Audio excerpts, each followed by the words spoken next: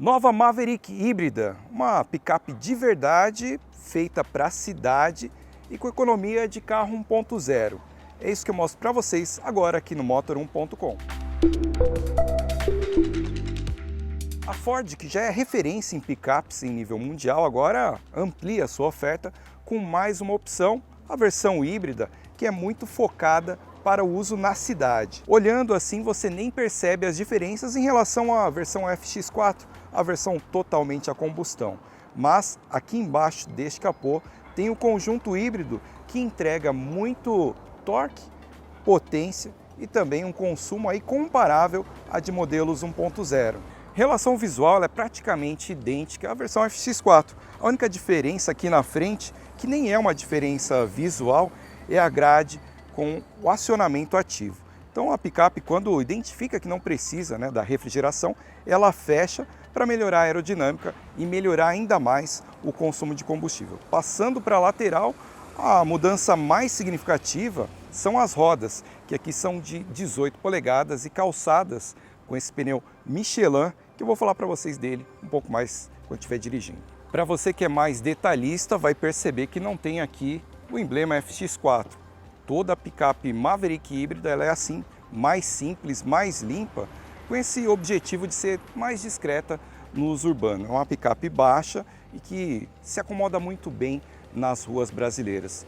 Um ponto que eu já falo aqui, você vai perguntar depois, não tem teto solar e também não vem com nenhum Santo Antônio. Uma curiosidade, eu conversei com o engenheiro responsável pelo projeto da Maverick e ele estava explicando que teve um trabalho muito preciso e aprofundado nessa região da coluna C para manter essa proposta de uma picape mais robusta com esse visual mais quadrado, inspirado e remetendo aos modelos maiores como a F-150 e a própria Ranger.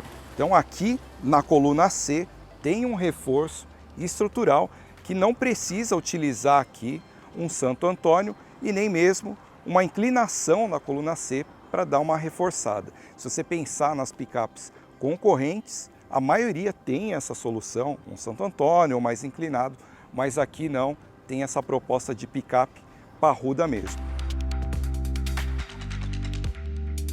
Uma curiosidade, o engenheiro responsável pelo projeto da Maverick é um brasileiro, o Klaus Mello, que ficou por muitos anos aqui no Brasil, vários projetos de carros que talvez você tenha, passou pelas mãos do Klaus e agora ele cuidou do projeto da Maverick. Ele estava me explicando alguns detalhes e algumas curiosidades. Bem, aqui atrás não é segredo, ela vem com essa plaquinha híbrida para identificar a versão. Por que que eles escolheram a opção de colocar a tampa da caçamba assim? Porque eles pensaram no desenvolvimento dessa picape de ser uma picape, não pensada como um carro de cidade. Então, quanto melhor o aproveitamento, maior a possibilidade de colocar carga aqui, melhor, principalmente com a experiência do mercado norte-americano. Então, tendo essa tampa, você consegue estender, colocar um objeto maior, madeiras, ferramentas, escadas maiores e utilizar a tampa como um extensor.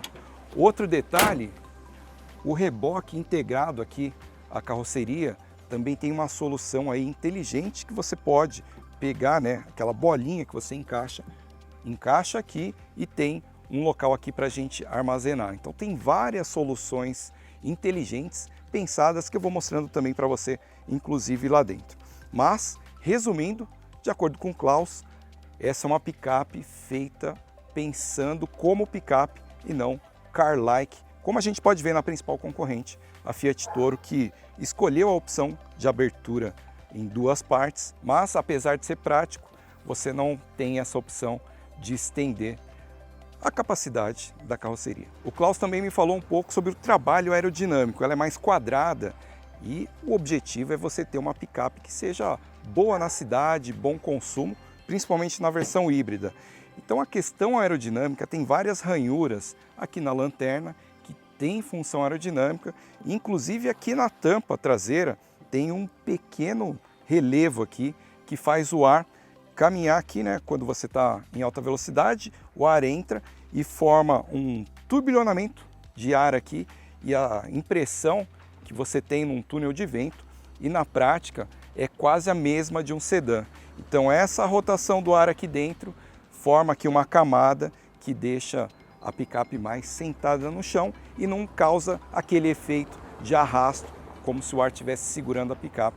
Você ganha em consumo, ganha em aerodinâmica e ganha também em performance. Sutilezas que só o engenheiro aí poderia falar pra gente. Mas a cereja do bolo está aqui debaixo do capô, conjunto híbrido de ciclo Atkinson combinado a um motor elétrico. Na verdade, esse motor elétrico ele está dentro da transmissão ECVT, junto com alimentado por uma bateria de 1,1 kWh. Então você tem esse trabalho quase que transparente do motor a combustão junto com esse motor elétrico. E esse consumo de carro 1.0. Se você já está se perguntando aí, mas não tem tração integral? Não tem, só tração dianteira. E se você precisa de um modelo mais parrudo, você tem a opção da Ranger, né? Uma picape mais robusta. E se quiser mais, agora tem também a F-150. Agora, se você prefere um desempenho mais esportivo, tem a versão FX4, que aí sim ela tem a tração integral nas 4 rodas, mas não tem aquela robustez, né, um off-road mais pesado como a Ranger, mantém um pouco, né, da esportividade que a gente também encontra aqui. Uma mudança mecânica importante está na suspensão traseira. Ela deixa de ser multilink e traz eixo de torção. Como a proposta é muito mais urbana, você pouco vai sentir isso no dia a dia, né, essa troca de suspensão.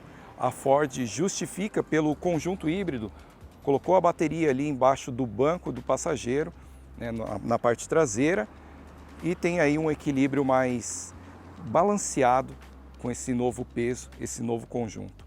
Dirigindo, você vai sentir que a frente inicialmente ela é mais pesada do que a versão FX4, justamente por conta desse motor adicional aqui.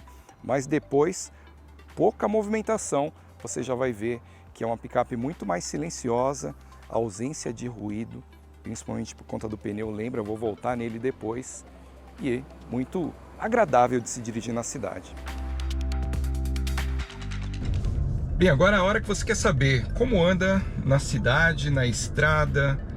Bem, essa é uma picape que ela é muito mais urbana do que a FX4. A FX4 ela também tem essa pegada de ser um carro mais esportivo, mas aqui na versão híbrida você tem o diferencial de ter um acerto mais voltado para a cidade. Isso você percebe já nos pneus, que são pneus Michelin, como eu mostrei, pneus de uso urbano.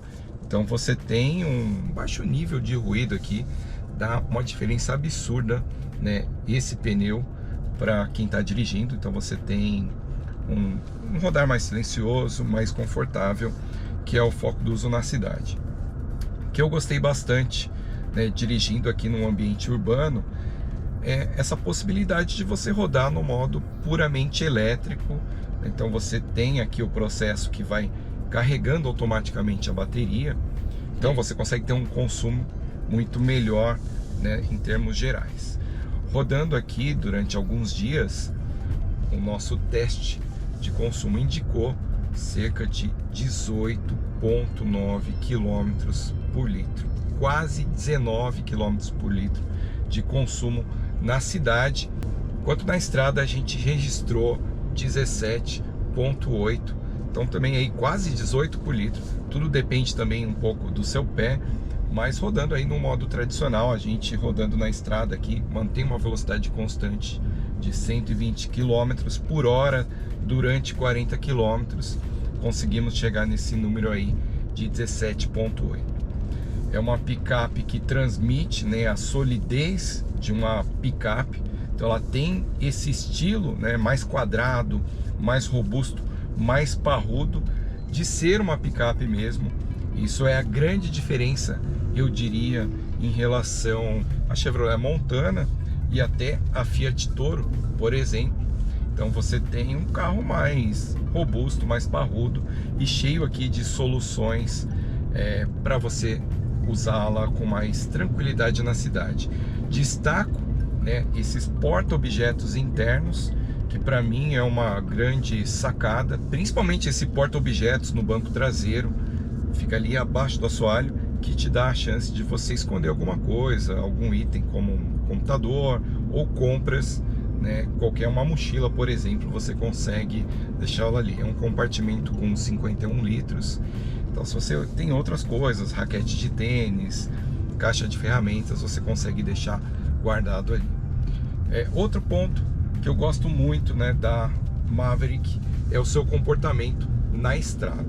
Dirigindo a 120, né, uma velocidade padrão aqui das nossas vias, é um carro muito estável, que te transmite muita segurança e que te instiga a acelerar mais, mesmo nessa versão híbrida aqui.